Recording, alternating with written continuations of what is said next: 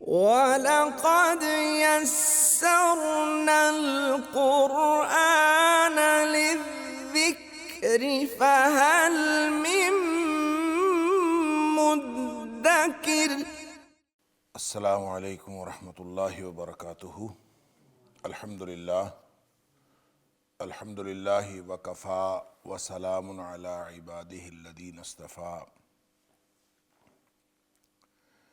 اشہد ان لا الہ الا اللہ وحدہ لا شریک لہ واشہد ان محمدا عبدہ ورسولہ صلی اللہ علیہ وآلہ وسلم۔ اللہم صلی علی محمد وعلی آل محمد کما صلیت علی ابراہیم وعلی آل ابراہیم انک حمید مجید۔ اللہم بارک علی محمد وعلی آل محمد کما بارکت علی ابراہیم وعلی آل ابراہیم انک حمید مجید۔ اما بعد فاعوذ باللہ السمیع العلیم من الشیطان الرجیم من ہمزہ ونفخہ ونفثہ۔ بسم اللہ الرحمن الرحیم۔ استجیبوا لربکم من قبل ان یاتی یوم لا مرد له من اللہ ما لکم من ملجأ یومئذ وما لکم من نکیر۔ اور تم بات مان لو، قبول کر لو، لربکم، اپنے رب کی بات، اپنے رب کا حکم مان لو، من قبل ان یاتی یوم، اس سے پہلے کہ جب وہ دن آ جائے، لا مرد لہ، جو ٹلنے والا نہیں ہے، من اللہ، اللہ کی طرف سے۔ ما لکم من ملجأ یومئذ، نہیں ہے تمہارے لیے کوئی جائے پناہ اس دن، وما لکم من نکیر، اور نہ ہی کوئی انکار کرنے کی صورت۔ آیت نمبر 47 ہے سورہ شورا کی۔ یہاں سے آج کے سبق کا آغاز اللہ کی توفیق سے ہو رہا ہے، اور اس سے ماقبل کی آیات میں آیت نمبر 44 سے لے کر آیت نمبر 46 تک میں نے عرض کیا تھا کہ مشرکین اور کافرین کا انجام بتایا گیا ہے، اور ظاہر ہے کہ جب ان کا انجام دائمی خسارہ، قائم رہنے والا عذاب اور ذلت و رسوائی ہوگی، اور اس کی خبر اور اس کا انذار بھی اللہ کریم نے فرما دیا، تو اس کے بعد آیت نمبر 47 سے لے کر آیت نمبر 50 تک یہ استجابت کی دعوت ہے۔ یعنی آپ یہ کہہ لیں کہ یہ مضمون دعوت استجابت ہے اور دلائل انفس ہیں۔ یہ بات پہلے عرض کی جا چکی کہ جو اللہ کی توحید کے دلائل ہیں وہ دو قسم کے ہوتے ہیں، ایک ہے آفاق، دلائل آفاق، اور ایک ہیں دلائل انفس۔ دلائل آفاق کا مطلب یہ ہے کہ ارد گرد پھیلی ہوئی کائنات میں جو دلائل ہیں، جو نشانیاں ہیں، وہ بھی اللہ تعالیٰ کی توحید کی اور قدرت کی نشانیاں ہیں۔ اور ایک نشانیوں کی یا دلائل کی وہ قسم ہے جو انسان کے اپنے جسم کے اندر ہے، اور انسانوں کے اپنے اندر نشانیاں ہیں، تو اس کو کہتے ہیں انفس کی نشانیاں۔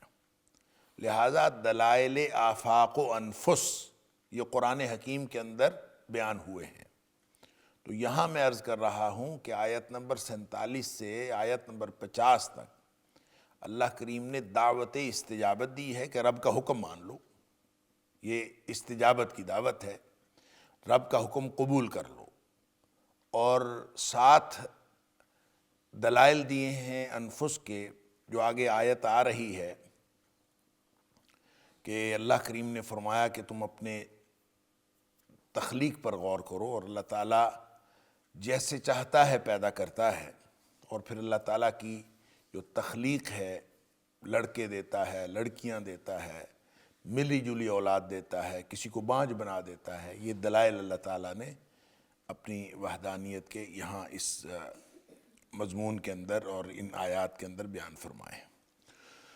تو آغاز ان آیات کا ہے کہ رب کا حکم مان لو، استجیبوا لربکم، اپنے رب کی بات مان لو، اپنے رب کا حکم مان لو۔ اور اس سے پہلے اسی آیت نمبر 38 کے اندر، سورہ شورا کی ہی آیت نمبر 38 کے اندر ہم پڑھ آئے ہیں، جس میں اللہ کریم نے 4 اوصاف بیان کیے ایک آیت کے اندر اہل ایمان کے، اور ان کا جو پہلا وصف ہے، سب سے پہلا وصف ہے والذین استجابوا لربہم۔ ان کا پہلا وصف یہ ہے کہ انہوں نے اپنے رب کی بات مان لی، اپنے رب کا حکم مان لیا، سر تسلیم خم کر لیا، قبول کر لیا۔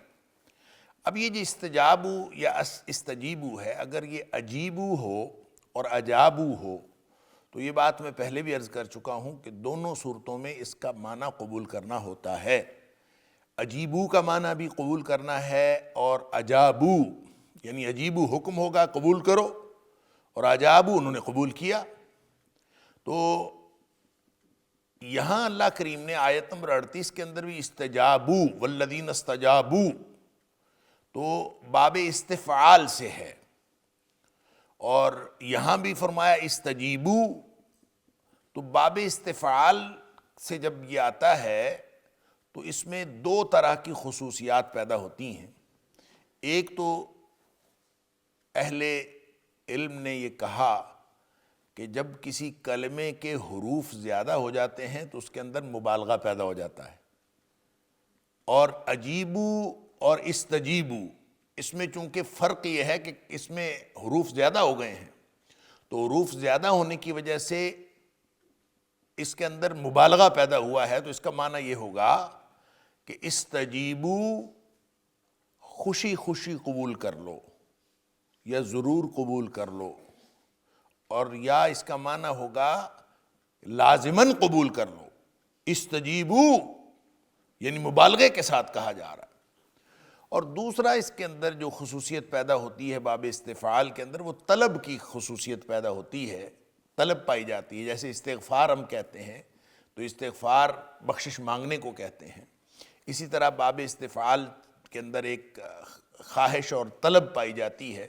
تو اب یہ جب ہم عجیبو سے استجیبو دیکھیں تو گویا عجیبو صرف قبول کرنا ہے، اور استجیبو اپنی خواہش سے قبول کرنا ہے، کہ دل میں تڑپ ہو، دل میں طلب ہو کہ میں نے اللہ کی بات، اللہ کا حکم ماننا ہے، تو اس تڑپ کے ساتھ اللہ کا حکم قبول کرو کہ تمہارے دل میں تڑپ اور طلب بھی ہو کہ میں نے اللہ کا حکم قبول کرنا ہے۔ استجیبو اپنے رب کا حکم مان لو۔ من قبل ان یاتی یوم لا مرد لہ من اللہ، چونکہ پیچھے 3 آیات کے اندر قیامت کے دن جو خسارہ ہے، دائمی خسارہ جو کفار کو ہوگا، مشرکین کو ہوگا، اس کا ذکر ہے، لہذا اب حکم دیا جا رہا ہے اور دعوت دی جا رہی ہے استجیبوا لربکم، خوشی خوشی اپنے رب کا حکم مانو۔ من قبل ان یاتی یوم لا مرد لہ من اللہ، اس دن کے آنے سے پہلے پہلے اللہ کا حکم مان لو، جس حکم کو جب وہ دن آ گیا تو اپنے رب کے، وہ اللہ کی طرف سے وہ ٹلنے والا نہیں ہے۔ جب وہ آ گیا تو وہ مرد لہو، رد یرد کا معنی ہوتا ہے لوٹانا، پھیر دینا، تو جب وہ آ جائے گا تو وہ واپس نہیں ہوگا۔ دن جب آ گیا تو وہ واپس نہیں ہوگا، اور کوئی واپس کرنے والا نہیں ہے۔ اللہ نے تو واپس کرنا ہی نہیں ہے، جب قیامت آ گئی تو بات ختم، اللہ کا ایک قانون ہے وہ جاری ہو جائے گا، اور اللہ کے علاوہ کوئی اور ہے ہی نہیں جو اس کو واپس کر سکے۔ لہٰذا جب وہ دن آ گیا تو وہ ٹلنے والا نہیں ہے۔ اس کے آنے سے پہلے پہلے تنبیہ کی جا رہی ہے کہ استجیبوا لربکم، اپنے رب کی بات مان لو۔ یہ استجابت کی دعوت دی جا رہی ہے کہ کسی نے اگر ان عذابوں سے بچنا ہے جس کا ماقبل آیات کے اندر ذکر ہوا ہے، اور دائمی خسارے سے بچنا ہے، اور دائمی عذاب سے بچنا ہے، قائم رہنے والے عذاب سے بچنا ہے، تو پھر اس کو چاہیے کہ وہ فوراً اللہ کی دعوت قبول کر لے، اپنے رب کی طرف استجیبوا لربکم، اپنے رب کی بات مان لے، رب کا حکم مان لے۔ ما لکم من ملجأ یومئذ، اس دن کوئی جائے پناہ بھی نہیں ہوگی۔ اللہ اکبر، ملجا کا مطلب ہوتا ہے پناہ کی جگہ، تو ایسی کوئی پناہ کی جگہ نہیں ہوگی کہ آدمی کہیں پناہ ہی لے لے۔ کوئی زمین جو ہے وہ چٹیل میدان بنا دی جائے گی، اور کوئی چھپنے کی جگہ نہیں ہوگی۔ اللہ اکبر۔ اور ساتھ فرمایا وما لکم من نکیر، اور تمہارے لیے کوئی انکار کی صورت بھی کوئی نہیں ہوگی۔ یہ جو وَمَا لَكُم مِّن نَكِيرٌ ہے، ظاہر ہے قیامت والے دن اللہ تعالیٰ معاف فرمائے، جب اللہ کے سامنے حساب کے لیے پیش ہونا پڑے گا، تو اگر کسی نے اللہ کی دعوت کو، اللہ کے حکم کو مانا ہے تو وہ بھی پیش ہوں گے اللہ کے سامنے، اور جنہوں نے اللہ کے حکم کو نہیں مانا وہ بھی پیش ہوں گے اللہ کے سامنے۔ اللہ، سب نے حساب دینا، اور وہ جو اہل ایمان کا حساب ہوگا وہ حساب آسان ہوگا، حساب یسیرا۔ اللہ تعالیٰ نے قرآن میں بھی فرمایا، نبی پاک صلی اللہ علیہ وسلم دعا بھی کیا کرتے تھے، تو آسان حساب ہوگا۔ اللہ اکبر۔ اور اس آسان حساب کے بارے میں حضرت عائشہ صدیقہ رضی اللہ تعالیٰ عنہ کی وہ حدیث ذہن میں لے آئیے کہ وہ آسان حساب کیا ہوگا، کہ نبی کریم صلی اللہ علیہ وسلم نے فرمایا کہ جس کا حساب شروع ہو گیا نا وہ تو پکڑا گیا، گویا حساب شروع ہوا تو وہ پھنس گیا، پکڑا گیا۔ تو حضرت عائشہ صدیقہ رضی اللہ تعالیٰ عنہ فرماتی ہیں اللہ کے رسول صلی اللہ علیہ وسلم پھر حسابً یسیرا کا کیا معنی؟ تو نبی کریم صلی اللہ علیہ وسلم نے فرمایا حسابً یسیرا تو آسان حساب جو ہے وہ تو صرف پیشی ہوگی اللہ کے سامنے، وہ حساب کتاب کوئی نہیں ہوگا، بس صرف پیشی ہوگی، چلو جاؤ فارغ۔ اللہ، حساب دینا پڑ گیا تو حساب نہیں دیا جا سکتا۔ لیکن جو کافر، اور یہ تو اہل ایمان ہیں جن کی پیشی ہوگی اور اللہ تعالیٰ ان کو بخش دے گا، تو جو اہل کفر ہیں، اہل نفاق ہیں، اور جو منکرین ہیں، ان کا تو حساب ہوگا، اور جب ان کا حساب ہوگا تو وہ بھاگنا چاہیں گے اور کوئی جائے فرار، جائے پناہ ڈھونڈنا چاہیں گے، وہ نہیں ملے گی اس دن۔ اللہ اکبر۔ اور وَمَا لَكُم مِّن نَكِيرٍ، اور تمہارا انکار کی بھی تمہارے لیے کوئی جگہ نہیں ہوگی۔ اس کا مطلب یہ ہے کہ کوئی انکار کی صورت نہیں ہوگی، کوئی شخص انکار کرنا چاہے کہ بھئی میں تو یہ جرم نہیں کرتا تھا، اپنے جرائم سے کوئی شخص انکار کرے، کوئی صورت نہیں ہوگی۔ اللہ۔ اور نکیر کا ایک معنی یہ ہوتا ہے بدلنے والا، حالت کو بدلنے والا، یعنی وہ جو حالت ان کی ہوگی کہ جائے پناہ کوئی نہیں ہے اور اللہ کے دربار میں پھنسے ہوئے ہیں، اور اس دن کے ٹلنے کی بھی کوئی صورت نہیں ہے، تو اس حالت کو جب مجرمین پھنسے ہوئے ہوں گے وہ اپنی حالت کو بدل بھی نہیں سکتے۔ وَمَا لَكُم مِّن نَكِيرٍ ایک معنی اس کا حالت بدلنے والا بھی ہے۔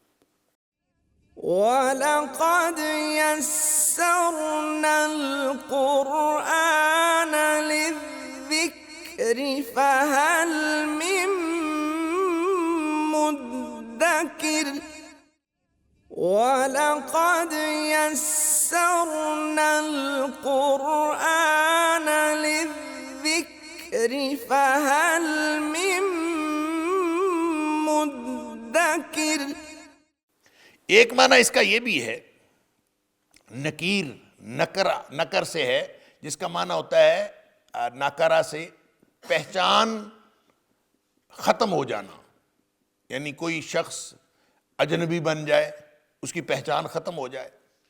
اور وَمَا لَكُم مِّن نَكِيرٍ کا معنی یہ ہے کہ نہ ہی تم اجنبی بن کے بھیس بدل کے، کوئی شخص بھیس بدل سکتا ہے کہ کوئی شخص اس کو پہچانے ہی نہ، جائے پناہ نہیں ہے، جائے فرار نہیں ہے، انکار کی کوئی صورت نہیں ہے، تو کسی شخص کے پاس کیا ایسی کوئی صورت ہو سکتی ہے کہ وہ بھیس بدل کے اجنبی بن کے کہ میں تو وہ نہیں ہوں جس کے لیے عذاب کہا جا رہا ہے، جس کے لیے عذاب کا حکم دیا جا رہا ہے، میں وہ نہیں ہوں، تو کیا وہ ایسا کر سکتا ہے؟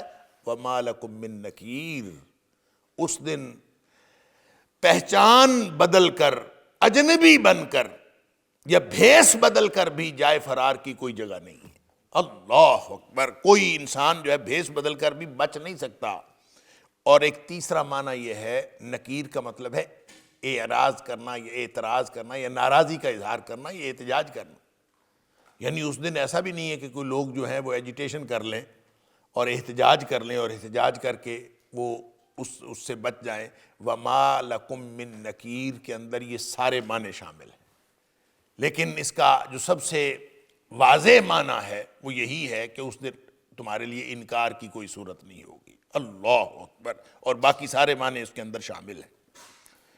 فَإِنْ أَعْرَضُوا، اب دیکھیں کفار کا انجام بتا دیا، ان کو دعوت دے دی کہ اللہ کا حکم مان لو۔ اب آگے نبی اکرم صلی اللہ علیہ وآلہ وسلم کے لیے ہدایت دی جا رہی ہے، فَإِنْ أَعْرَضُوا فَمَا أَرْسَلْنَاكَ عَلَيْهِمْ حَفِيظًا إِنْ عَلَيْكَ إِلَّا الْبَلَاغُ وَإِنَّا إِذَا أَذَقْنَا الْإِنسَانَ مِنَّا رَحْمَةً فَرِحَ بِهَا وَإِن تُصِبْهُمْ سَيِّئَةٌ بِمَا قَدَّمَتْ أَيْدِيهِمْ فَإِنَّ الْإِنسَانَ كَفُورٌ۔ فَإِنْ أَعْرَضُوا، پس اگر وہ اعراض کریں، منہ پھیر لیں، فَمَا أَرْسَلْنَاكَ عَلَيْهِمْ حَفِيظًا، تو اے حبیب صلی اللہ علیہ وسلم آپ کو ہم نے ان کے اوپر کوئی نگران نہیں بنایا، آپ کو ان کے نگران نہیں ہیں۔ ان علیک الا البلاغ، آپ کے اوپر تو صرف پہنچا دینا ہے، آپ نے بات پہنچا دی، اگر کوئی مانتا ہے تو مانے، نہیں مانتا تو نہ مانے۔ وَإِنَّا إِذَا أَذَقْنَا الْإِنسَانَ مِنَّا رَحْمَةً فَرِحَ بِهَا، اور بے شک ہم جب انسان کو اپنی طرف سے رحمت چکھاتے ہیں، فرحہ بہا، انسان پھول جاتا ہے، اترانا شروع کر دیتا ہے۔ وَإِن تُصِبْهُمْ سَيِّئَةٌ بِمَا قَدَّمَتْ أَيْدِيهِمْ، اور جب اس کے ہاتھوں کے کیے دھرے سے، اپنے ہاتھوں کے کرتوتوں کے سبب جب اس کو کوئی مصیبت پہنچتی ہے، فَإِنَّ الْإِنسَانَ كَفُورٌ، پس بے شک انسان بڑا ہی ناشکرا ہے۔ یعنی مصیبت پہنچتی ہے انسان کو اپنے ہاتھوں سے، اور رحمت پہنچاتا ہے اللہ۔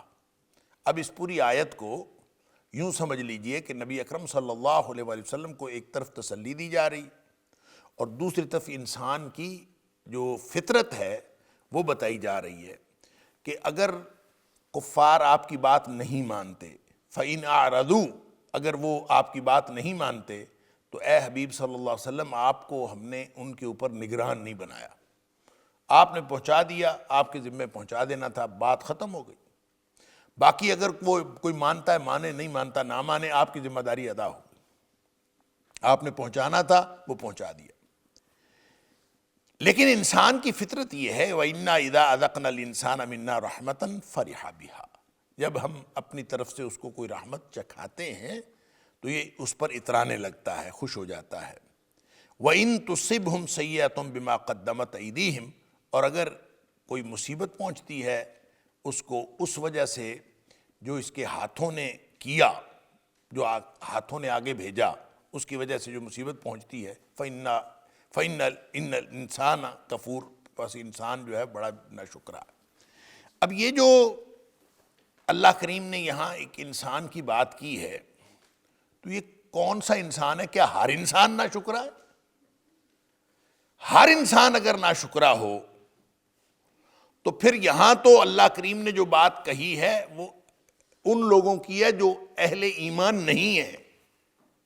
تو اس انسان سے کیا مراد ہے؟ بعض لوگوں نے یہ مراد لیا ہے کہ اس سے مراد ہر انسان ہے، کہ پیدائشی طور پر انسان ناشکرا ہی پیدا ہوا ہے۔ فَإِنَّ الْإِنسَانَ كَفُورٌ، انسان جو ہے ناشکرا پیدا ہوا ہے، لیکن جب انسان نیکی کی خصلتیں اختیار کرتا ہے اور عمل جو ہے عمل صالح اختیار کرتا ہے، تو عمل صالح کرتے کرتے کرتے کرتے یہ اس کی ناشکری کی خصلت ختم ہو جاتی۔ لہذا جب یہ کہا جا رہا ہے کہ انسان کفور ہے، تو یہ پیدائشی طور پر ہے، یا پھر بعد میں انسان وہ کفور ہے جو کافر ہے، وہ ناشکرا ہوتا ہے، جو ایمان نہیں لاتا وہ ناشکرا ہوتا ہے، جو ایمان لے آتا ہے وہ ناشکرا نہیں ہوتا۔ اس سے مراد گویا کافر ہی ہیں، اللہ تعالیٰ معاف فرمائے۔ کیونکہ مومن جو ہے، مومن اس کا تو معاملہ نبی پاک صلی اللہ علیہ وسلم نے فرمایا وہ تو ہر اعتبار سے خیر ہی خیر ہے، وہ ناشکرا کیسے ہو سکتا ہے؟ مومن تو ہر ماحول میں، ہر حالت میں اللہ سے اجر لیتا ہے۔ عجب لامر المومن، مومن کا معاملہ بڑا عجیب ہے کہ ان امرہ کلہ خیر، اس کا سارا معاملہ ہے ہی خیر ہی خیر ہے، خیر ہی خیر۔ کیسے؟ اس کو کوئی تنگی پہنچتی ہے تو یہ صبر کر کے اللہ سے اجر لیتا ہے، یوں وہ معاملہ خیر کا ہے، اور اگر اس کو کوئی اللہ کی طرف سے کوئی خوشحالی پہنچتی ہے تو یہ شکر کرتا ہے، اور یہ خوشحالی بھی اس کے لیے خیر بن جاتی ہے۔ خوشحالی بھی خیر، تنگ دستی بھی خیر۔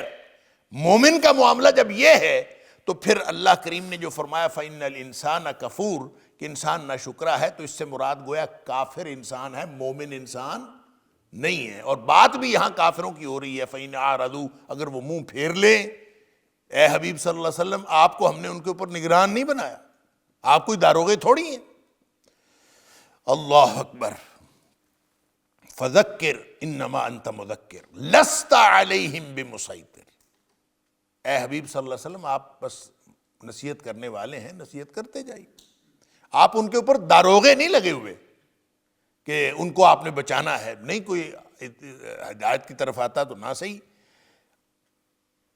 لیکن انسان کی یہ جو فطرت ہے کہ جب انسان کو کوئی رحمت پہنچتی ہے اللہ کی طرف سے فرح بہا۔ اچھا اس کو ایک تو اللہ تعالیٰ نے فرمایا ہم اس کو چکھاتے ہیں، دوسرا جو بہت قابل غور بات ہے کہ مصیبت کی بات آئی تو ان فرمایا ہے اگر، اور رحمت کی بات آئی تو اذا فرمایا ہے جب۔ تو فرق کیا ہے اس میں؟ اس کا مطلب یہ ہے کہ رحمت ہر ایک کو پہنچتی ہے، رحمت ہر ایک کو پہنچتی ہے، اس لیے اذا فرمایا کہ جب کسی کو رحمت پہنچتی ہے تو وہ رحمت پہنچتی ہے تو وہ اترانے لگتا ہے۔ تو یہ جو رحمت پر اتراتا ہے جو مومن ہے وہ تو شکر کر کے اللہ سے اجر لے لیتا ہے، اور جو رحمت پر اتراتا ہے وہ کافر ہے۔ اور اللہ تعالیٰ رحمان الدنیا والآخرہ، اللہ تعالیٰ دنیا میں بھی رحمتیں کرتا ہے، آخرت پہ بھی رحمت کرے گا۔ لوگوں کو جتنا کچھ ملتا ہے دنیا میں، جو کچھ ملتا ہے، اور وہ اللہ کی رحمت کی وجہ سے ہی مل رہا ہوتا ہے۔ اور دوسری بات یعنی اذا اس لیے کہا کہ ہر شخص جو ہے اس کو رحمت اللہ کی کچھ نہ کچھ ملتی ضرور ہے، وہ اس سے فائدہ اٹھائے یا نہ اٹھائے۔ تو مومن جو ہے اس پر شکر کرتا ہے، کافر کو جب رحمت پہنچتی ہے تو وہ اس پر اتراتا ہے۔ اور ایک بات اللہ کریم نے یہاں یہ فرمائی اذقنا، ہم چکھاتے ہیں، یہ نہیں فرمایا کہ ہم اس کو عطا کرتے ہیں، اذقنا ہم اس کو چکھاتے ہیں۔ رحمتاً رحمت، تو چکھانے کا مطلب یہ ہے کہ اصل رحمت تو اللہ کی وہ ہے جو آخرت میں ملے گی۔ یہ جو دنیا میں رحمت ہے یہ تو ایسے ہی ذرا سا چکھانے کی بات ہی ہے نا۔ نبی اکرم صلی اللہ علیہ وآلہ وسلم نے فرمایا کہ اللہ تعالیٰ نے رحمت کے 100 حصے کیے ہیں، اور 100 حصے کر کے ایک حصہ زمین پر وَأَنزَلَ عَلَى الْأَرْضِ جُزْءًا وَاحِدًا، ایک حصہ اللہ کریم نے زمین پر نازل کیا ہے، اور جو باقی 99 ہیں وَأَمْسَكَ عِنْدَهُ 99، جو 99 حصے ہیں اللہ نے وہ 99 اجزاء وہ اپنے پاس رکھے ہیں۔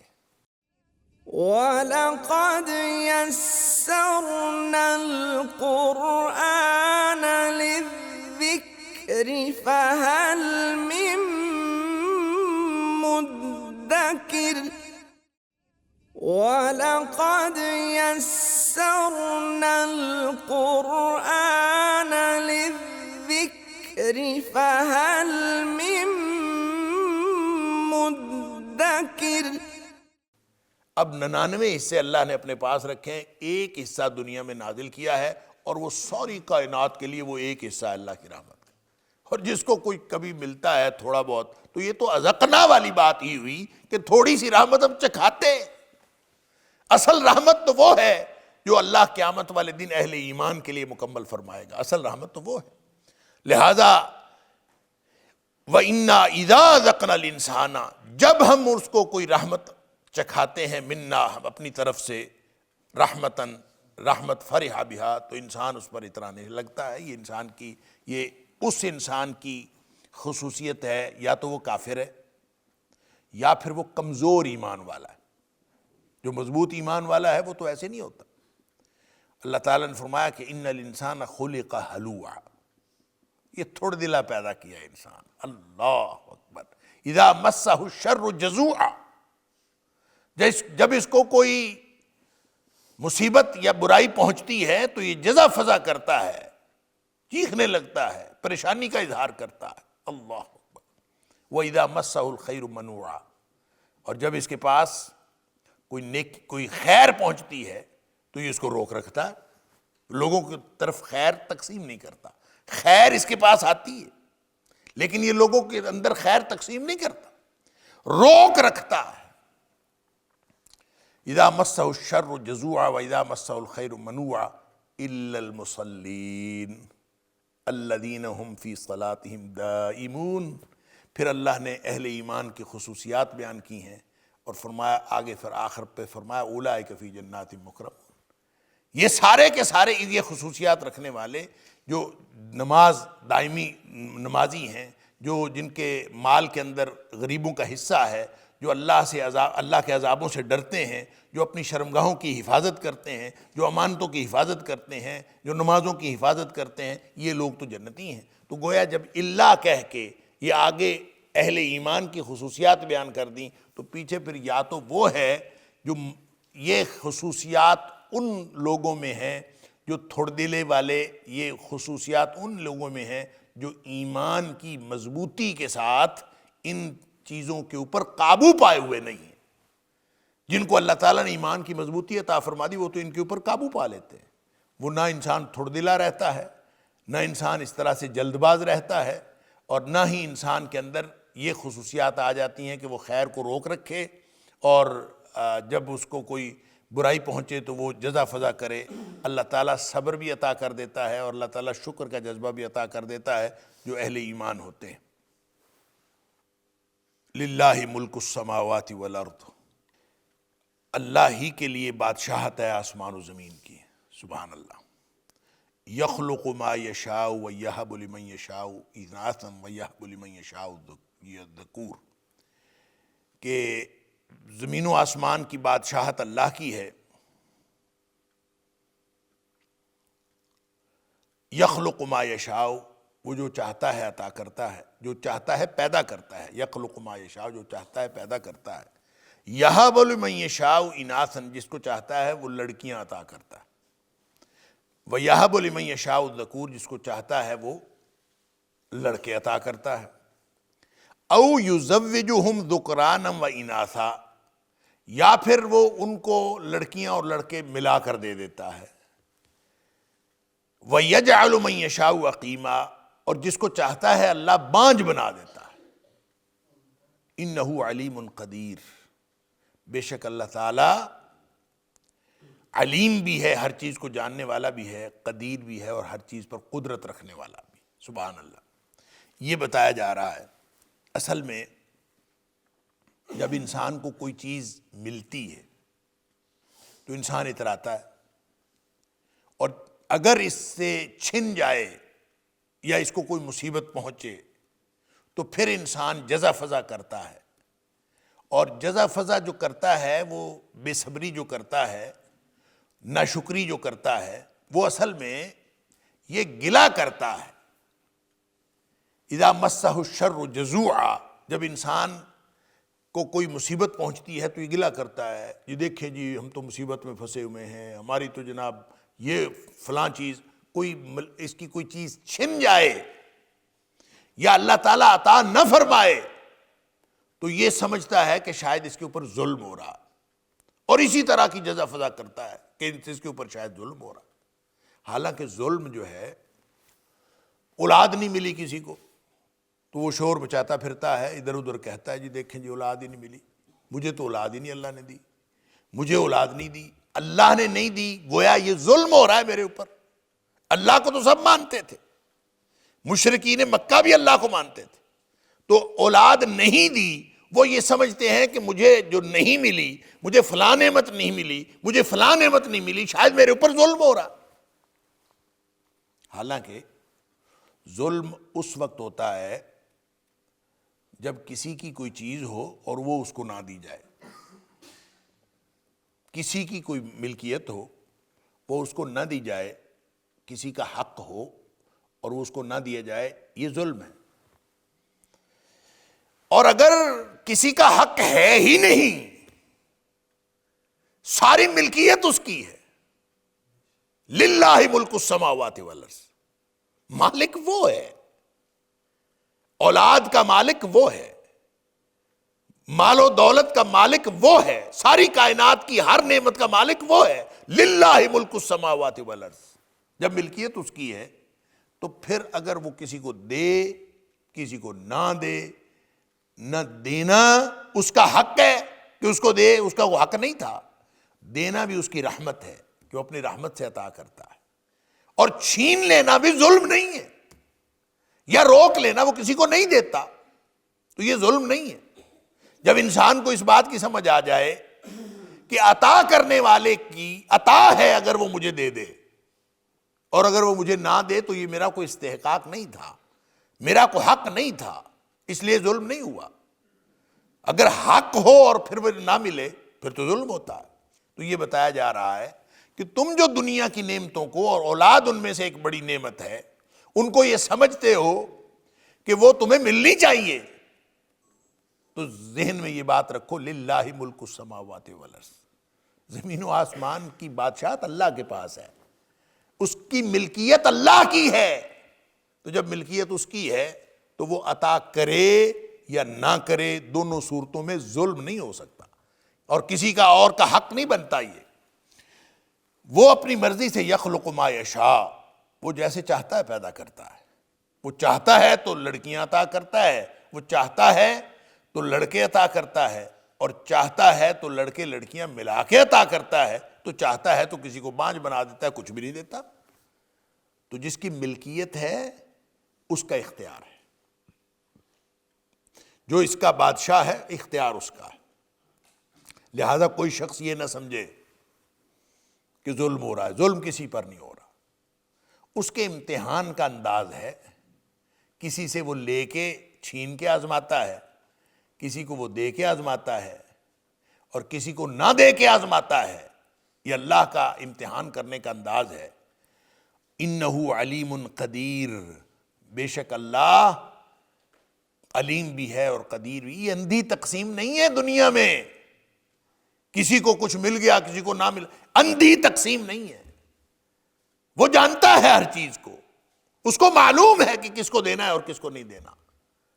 قدیر، اور وہ قدرت رکھنے والا، اس کو اس بات پر بھی قدرت ہے کہ وہ کسی کو دے اور کسی کو نہ دے، اس کو اس بات پر بھی قدرت ہے کہ کسی کو دے کے بھی چھین لے، ساری قدرت اس کی ہے، ساری معلومات اس کے پاس ہیں، سارا علم اس کے پاس ہے۔ لہٰذا وہ جس کو چاہتا ہے دیتا ہے، جس کو چاہتا ہے نہیں دیتا۔ اس پر یہ بات نہیں ذہن میں آنی چاہیے کہ یہ جناب کسی کو اگر کوئی نعمت اللہ کی نہیں مل رہی تو اس بات پر کوئی شخص جو ہے وہ پریشان ہو جائے اور لوگوں میں گلہ شکوہ کرتا رہے اللہ کا کہ اللہ نے مجھے نہیں دی، گویا ظلم کیا ہے۔ اللہ کی طرف ظلم کی نسبت بھی نہیں کی جا سکتی، اور ظلم ہوتا ہے اس وقت جب کسی کا حق مارا جائے۔ تو جب یہ حق ہے ہی نہیں، وہ عطا کرتا ہے اپنی مرضی سے، جس طرح وہ لڑکے عطا کرتا ہے اسی طرح لڑکیاں عطا کرتا ہے۔ سبحان اللہ۔ جس طرح لڑکے اللہ کا فضل ہیں اولاد میں، اسی طرح لڑکیاں بھی اللہ کا فضل ہیں، کیونکہ وہ فرماتا ہے یَہَبُ لِمَن یَشَاءُ اِنَاثًا وَیَہَبُ لِمَن یَشَاءُ الذُّکُورَ، جس کو چاہتا ہے وہ لڑکے عطا کرتا ہے، جس کو چاہتا ہے وہ لڑکیاں عطا کرتا ہے۔ سبحان اللہ۔ إن هذا القرآن يهدي للتي هي أقوم ويبشر المؤمنين الذين يعملون الصالحات أن لهم أجرا كبيرا